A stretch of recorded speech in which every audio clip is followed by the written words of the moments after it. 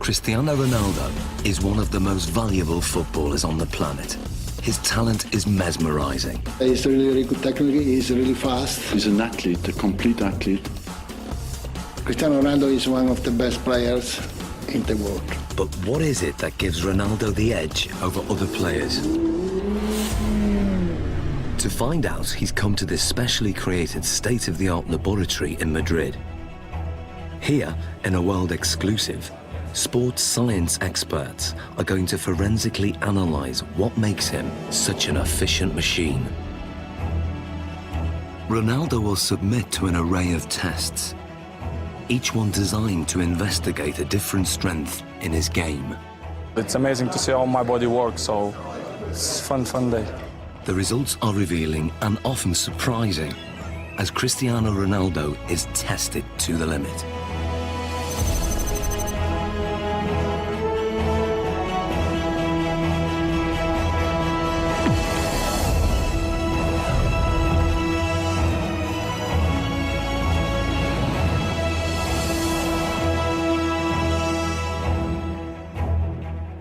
In this sports laboratory, Cristiano Ronaldo is about to undergo a series of challenges unlike any he's done before.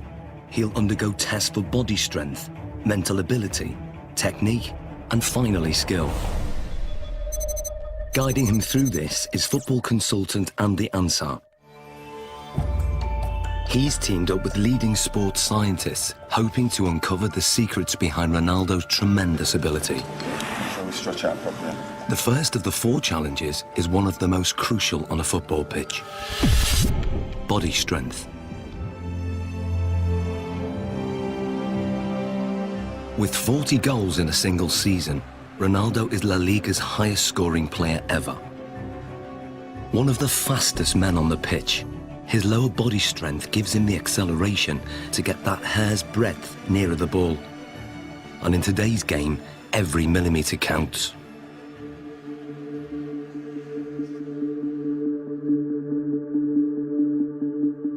To test Ronaldo's sprinting ability, Andy has developed a 2-part challenge. First, a straight sprint over 25 metres. Then, a 25-metre zigzag sprint, designed to measure speed and agility. To draw a comparison, Ronaldo is going to race against professional sprinter Angel David Rodriguez. Rodriguez is the Spanish champion over 100 metres, but how will he compare with Ronaldo over 25 metres? Infrared beam timing gates will give split-second results. And in charge of the test is biomechanics expert Neil Smith. We want to see the different muscles and the different components that are used in order to find out who's quicker, a sprinter or a footballer. Rodriguez is going to go first. Take your marks. Set.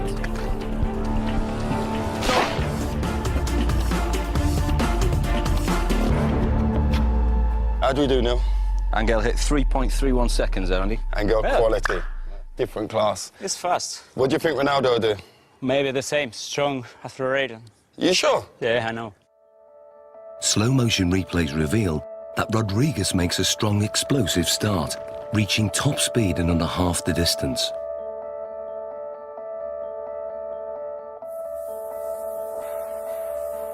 All his movements are in a straight line, very linear, nothing from side to side at all. Everything is moving in front to back directions. No energy is wasted. Rodriguez has a high knee action. This gives him a very long stride length of 2.5 metres. Ronaldo's target to beat is 3.31 seconds. Let's see what he's got. Coming in, buddy. Let's get Ronaldo on the blocks. Okay, Neil. Set.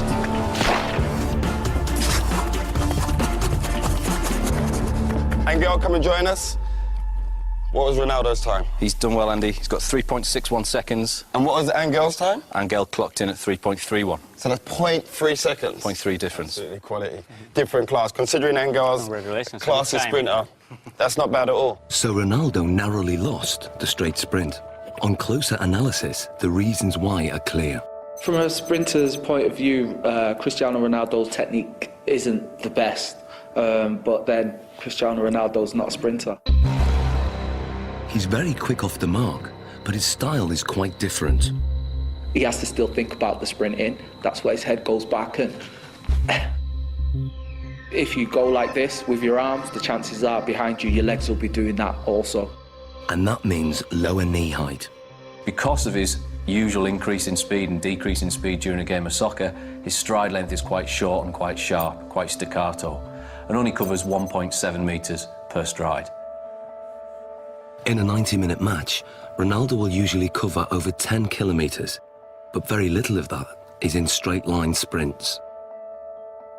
In football, the ability to abruptly change direction is vital, so the zigzag course is designed to replicate what happens in a game.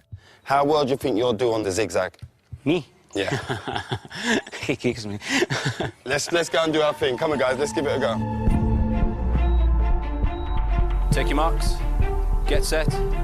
Go. Rodriguez is still very fast around this course. He navigates the poles well, keeping his balance even when his body is almost at 45 degrees at some points.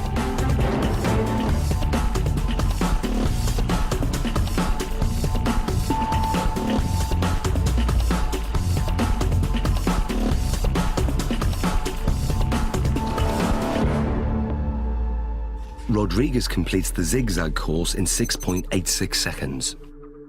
So Ronaldo, 6.86 to beat. What do you think? Well, because this is my type of work, I use more this in the game than run in straight line. So this is more my profile, my style. Perfect. Let's get him set. Okay, good man. Take your marks. Get set. Go. Ronaldo's style again has very little in common with the sprinters.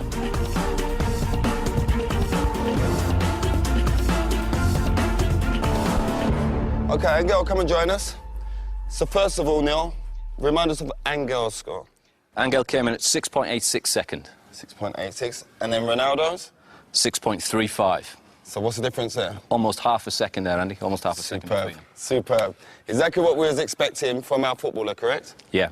Well, what we're hoping there, you can see a very big difference between the straight line sprinting. We've got very long strides, nice high centre of gravity. Cristiano comes into his own here.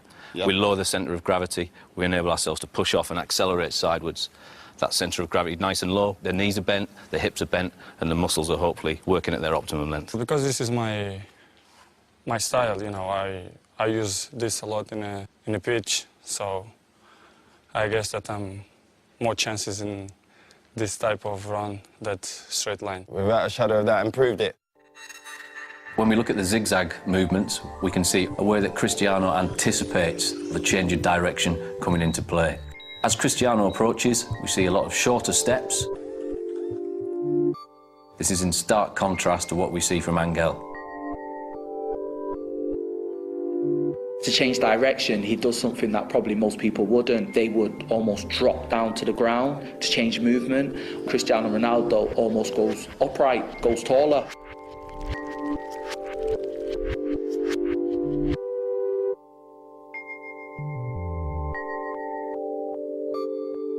Oh, look, he jumps into it with 2 feet this turn. Here we go. Yeah. There we go, there. Yeah, we can see Angel using 1 foot there to break in one particular stride and to try and push off in the very next. Cristiano's decelerating using both feet. Yeah. Places his centre of gravity inside the line of his foot, Yep. and away he goes. It's almost like he uses 1 foot primarily Yeah. for taking the braking force, as we see that inside Yeah. foot there. Then the outside foot is more for the acceleration force. And Cristiano places approximately 5 body weights worth of force through that outside foot towards the next turn. So in what we're seeing now is he's multi-talented. That's a given anyway with Cristiano Ronaldo, but the way his body works and the way it's built and all the different components that he uses when sprinting affords him the ability to maybe perform in terms of an athletic sprint at the very, very highest level. Yeah, he's up there. We've seen his speed is up there. We've seen the movement and the agility is up there. He can change direction quickly. He can accelerate and decelerate whilst he's still concentrating on the game. Ronaldo won by quite a margin.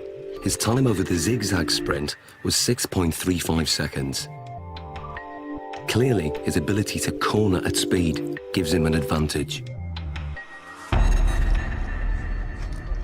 And fundamental to this is muscle strength. So before the next test, Ronaldo's muscles are going to be measured to see if there's anything unusual. Okay, Ronaldo, this is Luis. Hi. So we want to look at your body. We want to check everything out. What makes Ronaldo special? Okay? Okay. This is a state-of-the-art precision 3D body scanner. It uses a laser beam to create a visual profile of the exterior body shape and gives us exact measurements like height, 185.1 centimeters, chest, 109. Ronaldo has extremely lean, well-defined musculature. He has 3% less body fat than a supermodel. His thigh circumference is 61.7 centimeters, which is well above average. But his calf muscles are less developed, and the scan exposes a fact about their size that surprises Ronaldo. ¿Más la izquierda? El izquierdo, sí, sí. Eso es lo que te dice esto. Having uneven calf muscles hasn't held Ronaldo back. In fact, his body dimensions are part of the secret to his success. He has the long legs of a sprinter, the lean physique of a middle-distance runner, and the powerful thighs of a high jumper. What sets him apart is that he has all those attributes in one body. Like tuning an engine for high performance, Ronaldo has tuned up his body strength significantly over recent years. He's increased his win rate in the air from 40% to over 66%. He can now fly higher than many of his opponents. So next, Ronaldo's explosive jumping ability is going to be tested. Here we are. Okay, Ronaldo, this is the high jump. Now explain to us how this works. What we're going to get you to do is a test of lower body power. The higher you jump, the more powerful your legs are going to be. So we're going to place you on the mat. We're going to instruct you to jump as high as possible, give it your maximal effort, and try and land back on the mat again. This mat is actually a very sensitive pressure sensor that measures takeoff force. And the key thing is having his hands on his hips, correct? We're going to try not to use the arms as an extra counterbalance. So that's why we do this, so that he can't use his arms as elevation. So It's we're just trying about to the legs. Concentrate just on explosive Okay. leg power. Okay. 3, 2, 1.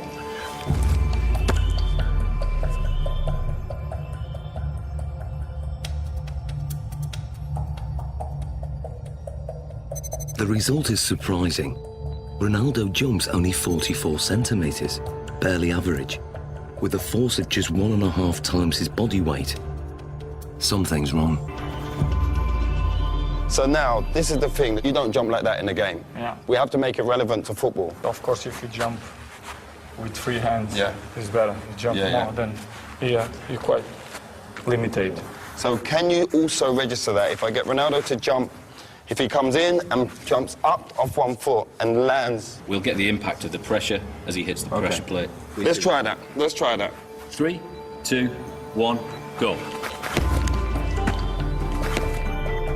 Now the results are very different. Ronaldo's body strength enables him to jump 78 centimeters, which is higher than the average NBA basketball player can jump. His takeoff force is almost 5 times his body weight, or 5 Gs, the same as an astronaut goes through at takeoff. But what's more intriguing is what he does in the air. When he jumps high, he tucks his knees and his legs up behind under his buttocks. This has the effect of raising the centre of gravity temporarily, but enables him to give this impression of hanging in the air, ready for him heading the ball into the goal. Excellent. Good, good, good. Awesome, Ronaldo. Let's move on to our next test. Very hard, because you have to give 100% everything that you involve.